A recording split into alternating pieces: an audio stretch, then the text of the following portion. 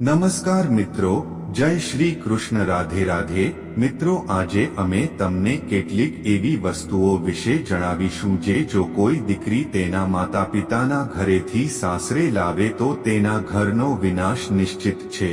પરંતુ તે પહેલા ચાલો જાણીએ આવી જ કેટલીક ભૂલો વિશે। જો તમારા ઘરમાં આ હોય તો તેને તરત જ સુધારી લો, નહીંતર તે તમને ગરીબ બનાવી શકે છે। મિત્રો, તમે વાસ્તુ વિશે તો સાંભળ્યું જ હશે। કહેવાય છે કે જો તમારી વાસ્તુ ખરાબ હોય તો કોઈ કામ સારું થતું નથી। જો કે દરેક વ્યક્તિ આમાં માનતો નથી, પણ જે સાચું છે તે સાચું છે। મિત્રો, કેટલીક વખત આપણી કેટલીક ખોટી આદતો આપણને અનેક પ્રકારની સમસ્યાઓમાં મૂકી શકે છે। જો આપણે તેના વિશે અગાઉથી જાણીએ તો આપણે આવનારી સમસ્યાઓથી બચી શકીએ છીએ। વાસ્તુ અનુસાર જો તમે તમારા જીવનમાં અપાર ધન અને સુખ શાંતિ ઈચ્છતા હોવ તો ઘરમાં જણાવેલી વસ્તુઓનું અવશ્ય ધ્યાન રાખો।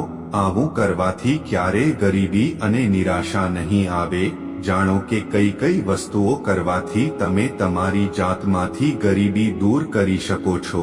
પણ તે પહેલા તમને વિનંતી છે કે વિડિયો લાઈક કરો, તમારા મિત્રો સાથે શેર કરો અને જો તમે હજુ સુધી ચેનલને સબસ્ક્રાઇબ ન કરી હોય તો ઝડપથી સબસ્ક્રાઇબ કરો અને બેલ આઇકોન દબાવો।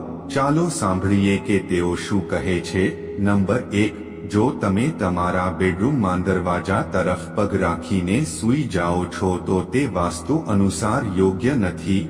માનવામાં આવે છે કે આમ કરવાથી દેવી લક્ષ્મી તમારા ઘરમાં નથી આવતી અને જે પણ આવે છે તે દરવાજા તરફ પણ મોઢું કરે છે। નંબર 2, તમારા ઘરની ઘડિયાળનો પણ ઘણો મોટો સંબંધ છે।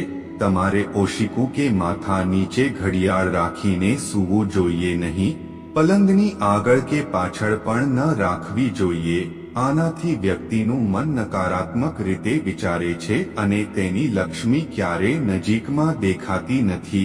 નંબર 3, તેવી જ રીતે તમારો પલંગ પણ તમારા માટે વાસ્તુનું ઉદાહરણ રજૂ કરે છે। તમે જે પલંગ પર સૂઈ જાઓ છો તેની પાસે ખૂબ જ સાદી રંગીન ચાદર અને ઓશિકું હોવું જોઈએ। આ નંબર 4, જો તમારા પલંગ પર કોઈ ઇલેક્ટ્રિક વસ્તુ છે તો તે પણ તમારા વાસ્તુ પ્રમાણે સારી નથી અથવા તમારી નજીકની કોઈ અન્ય વસ્તુ સાથે સૂવું જોઈએ નહીં। આમ કરવાથી તમારા ઘરમાં દેવી લક્ષ્મી નથી આવતી। નંબર 5, તમારા ઘરમાં મૃત્યુ પામેલા લોકોના ફોટા ઘણીવાર લટકાવીએ છીએ, પરંતુ ધ્યાન રાખો કે તમે જે રૂમમાં સૂતા હોવ ત્યાં મંદિર ન હોવું જોઈએ। બેડરૂમમાં પૂર્વજોના ફોટા લગાવવા જોઈએ તે અશુભ માનવામાં આવે છે। આમ કરવાથી તમારા ઘરમાં લક્ષ્મીનું આગમન થતું અટકશે। નંબર 6, એ પણ વાસ્તુનું એક પાસું છે કે તમારા બેડરૂમમાં માંસાહારીનું કોઈ ચિત્ર ન હોવું જોઈએ। તમારા ઘરમાં પ્રાણીઓ અને કોઈ પણ યુદ્ધની કોઈ તસવીર પણ ન લગાવો। આ સ્થિતિમાં દેવી લક્ષ્મી તમારા ઘરમાં આવતા નથી।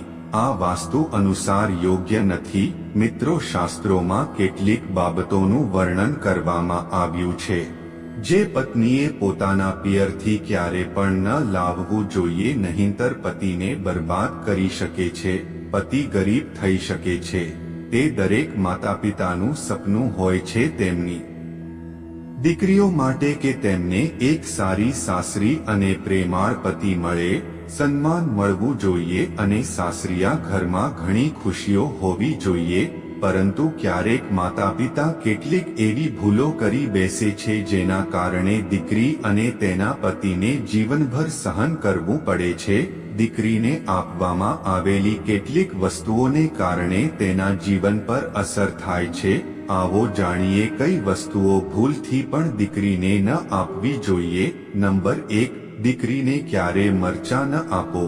તેનાથી તેના લગ્ન જીવનમાં કડવાશ ફેલાય છે। એવું માનવામાં આવે છે કે મરચાં દીકરીઓ સાથે આવે છે, તેથી તેના અને પતિ વચ્ચેના સંબંધોમાં તકરાર થાય છે। તમે તમારી દીકરીને ફળ અથવા સૂકો મેવો આપી શકો છો, તે શુભ માનવામાં આવે છે। નંબર 2, તેમની પુત્રીને ઘરના હેતુ માટે કેટલાક લોકો ચૂલો આપે છે. આવું ક્યારેય ન કરો.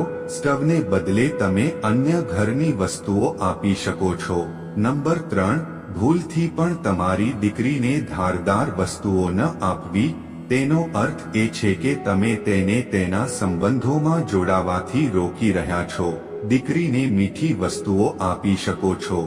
નંબર 3, આ સિવાય તમારી દીકરીને ભૂલથી પણ અથાણું આપવાથી તેના સંબંધોમાં ખટાશ આવે છે, જ્યારે તમે અન્ય ખાદ્યપદાર્થો આપી શકો છો. મિત્રો, જો પતિને લાગે છે કે તમારી માતાના ઘરમાંથી તમને તે સન્માન નથી મળતું જે તમે હકદાર છો, અને હવે તે જ સન્માન મેળવવા માંગે છે. જો કોઈ પત્નીને લાગે છે કે તમારા પતિને તમારા પરિવારના સભ્યો માન આપતા નથી, તો તમે આ ખૂબ જ સરળ ઉપાય કરી શકો છો. થોડા દિવસોમાં તમને તેની અસર દેખાશે. તમારા પતિને તમારા માતાપિતાના ઘરમાં તે જે આદર અને સન્માનને પાત્ર છે તે મેળવી શકો છો. દરેક વ્યક્તિ ઈચ્છે છે કે સમાજમાં દરેક વ્યક્તિ તેનું સન્માન કરે અને સન્માન મેળવે. ઘણી વખત એવું બને છે કે નકારાત્મક ઉર્જાના કારણે વ્યક્તિને યોગ્ય માનસન્માન નથી મળતું. જ્યોતિષ શાસ્ત્રમાં તેના કેટલાક ઉપાયો જણાવવામાં આવ્યા છે, જેના કારણે વ્યક્તિની માનસન્માન, સંપત્તિ, નોકરી વગેરે જેવી તમામ સમસ્યાઓ દૂર થઈ જાય છે અને ઘણા લોકો તમારો આદર પણ કરવા લાગે છે. તો ચાલો જાણીએ આવા જ કેટલાક ઉપાયો વિશે. નંબર 1, માનસન્માન મેળવવા માટે સમાજમાં અને તમારા સાસરિયામાં તો તમારે રાત્રે સૂતા પહેલા તાંબાના વાસણમાં પાણી રાખવાનું છે અને તે વાસણમાં સોના ચાંદીનો સિક્કો કે આભૂષણો મૂકવાનું છે અને સવારે ઉઠીને સૌથી પહેલા કોગળા કર્યા વિના જ તે પાણી પીવાનું છે. આમ કરવાથી વ્યક્તિને યોગ્ય માનસન્માન મળવા લાગે છે અને આ ઉપાયથી તમારા જીવનમાં જે પણ તણાવ હોય છે તે પણ દૂર થઈ જાય છે.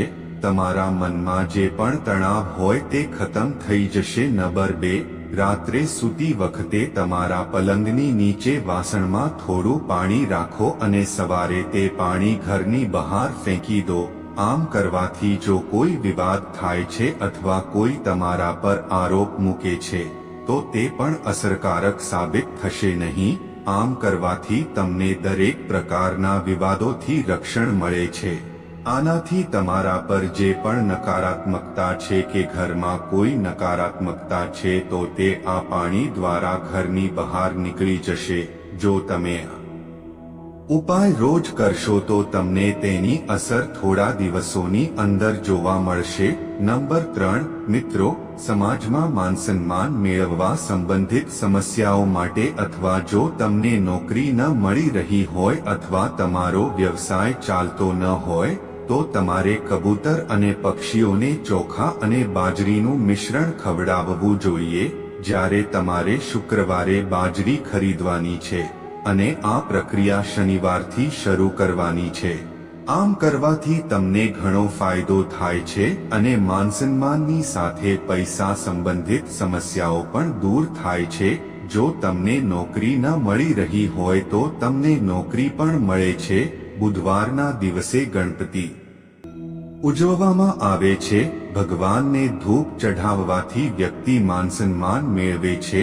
મિત્રો, આશા છે કે તમને વિડિયો પસંદ આવ્યો હશે. જો હા તો વિડિયોને લાઈક કરો, શેર કરો અને સબસ્ક્રાઇબ કરવાનું ભૂલશો નહીં. જય શ્રી કૃષ્ણ. રાધે રાધે.